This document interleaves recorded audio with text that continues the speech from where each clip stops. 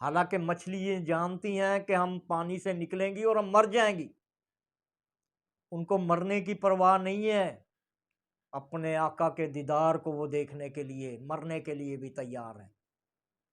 اس لیے خداوند یسوع مسیح ان کی اس سٹرگل کو جب انہوں نے سجدہ کیا اور وہ کہتے ہیں کہ ہم اے خداوند اب تیرے ساتھ چلیں گے، پیچھے انہوں نے ارادہ کر لیا اور جال جب چھوڑ دیے تو خداوند یسوع مسیح نے کہا کہ آج سے میں تمہیں آدم گیر بناؤں گا۔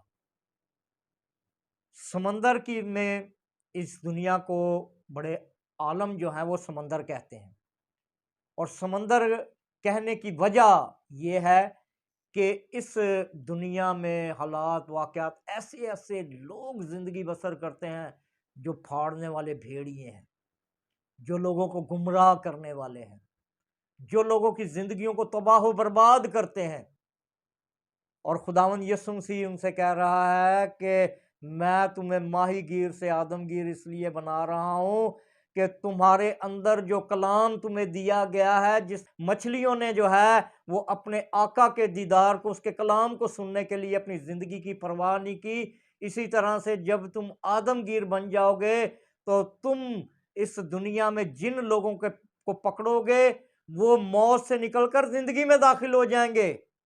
یہاں مچھلیاں جو ہیں وہ زندگی کو چھوڑ کر موت کے سامنے آ رہی ہیں، صرف اپنے خدا کے کلام سے محبت رکھنے کے سبب سے، اس کو دیکھنے کے سبب سے۔ اور اس دنیا کے بڑے ہجوم میں جن کے سپرد یہ خدمت ہوئی ہے آدم گیر کا، یہ کوئی آسان کام نہیں ہے۔ ہم نے ان کو موت سے نکال کر زندگی میں داخل کرنا ہے۔ اب جو ہے وہ ہمارا پیشہ جو ہے وہ چینج ہو چکا ہے۔ مچھلیاں جو ہیں وہ جب پکڑی جاتی ہیں ان کا استعمال ہوتا ہے تو وہ آنکھوں، ذہن، دماغ اور ریڑھ کی ہڈیوں، بدنوں کو قوت اور طاقت بخشتی ہے اس کا گوشت، اور جب خدا اپنے بندوں کو پکڑتا ہے تو آدم گیر بناتا ہے تو وہ بھی پھر ان کے وسیلہ سے لوگوں کے ذہنوں، عقلوں اور دلوں، ہر ایک اعضاء کو اپنے کلام کے وسیلہ سے مضبوط کرتا ہے۔ یہ میرے اور آپ کے خدا کی اس چناؤ کی برکت ہے۔ وہ جانتا ہے کہ میرے لوگ جو ہیں وہ کس طرح سے میرے جلال کو ظاہر کریں گے۔ اگر یہ مچھیرے ہیں تو انہوں کو جو ہے وہ خدا نے آدم گیر بنا دیا۔ اب تم بندے پھڑو۔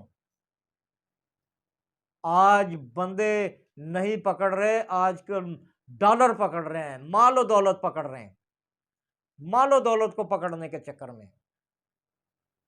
کہ کسی طرح سے یہ ہاتھ لگ جائے، گناہگار شخص جو ہے وہ اگر کوئی بھوکا ہے تو بھوکا مر جائے، کوئی پیاسا ہے تو پیاسا مر جائے، کوئی اگر بیماری کے سبب سے مر رہا ہے مر جائے۔ ہمارے گلی میں، محلے میں، ہمارے پڑوسی، آس پڑوس جتنے ہیں سب کا یہی حال ہے، یہاں تک کہ ہمارے خدام کا بھی یہی حال ہے۔ ہم زندگیاں نہیں دے رہے، بچا نہیں رہے زندگیاں۔ آدمگیر کس طرح سے بنیں گے ہم؟ آدمگیر کا کام ہے زندگیاں بچانا، یہ مشن الہی ہے، اس الہی مشن کا ہم نے حصہ بننا ہے۔ اگر ہم چاہتے ہیں کہ خدا نے واقع ہی ہمیں چنا ہوا ہے اور ہم سے وہ خدمت لینا چاہتا ہے تو پھر خدمت جو ہے وہ ہمیں اسی پلیٹ فارم پر رہ کر کرنی ہے، اور خداوند یسوع مسیح نے یہ سارے طریقے ہمیں کر کے دکھائے، ہمیں سکھائے ہیں۔ اس نے بھوکوں کو کھانا کھلایا ہے، اس نے بیماروں کی تیمارداری کی ہے، اس نے کوڑیوں کو پا کر صاف کیا ہے، اس نے لنگڑوں کو چلایا ہے۔ آج ہم کسی بھوکے کا ہمیں پتہ چل جائے کہ وہ غریب ہے، خادم اس کے گھر میں جانا پسند نہیں کرتے، کہتے ہیں وہ تھے پیسے دے کے انہیں پینے نے اتنے نہیں جانا، وہ دل کرے تو 1000 روپیہ لے کے آنا، الٹا دے کے آنا پینا، چھڈو پران۔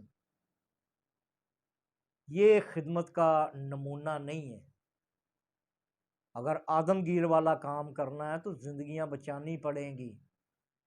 جس طرح سے کلام خدا میں لکھا ہے کہ اگر آگ میں جھپٹ کر بھی اگر باہر نکالنا پڑے تو ان کو نکالنا پڑے گا بھائی، اپنی جان کی پرواہ نہیں کرنی۔ ہماری جان ہے کیا؟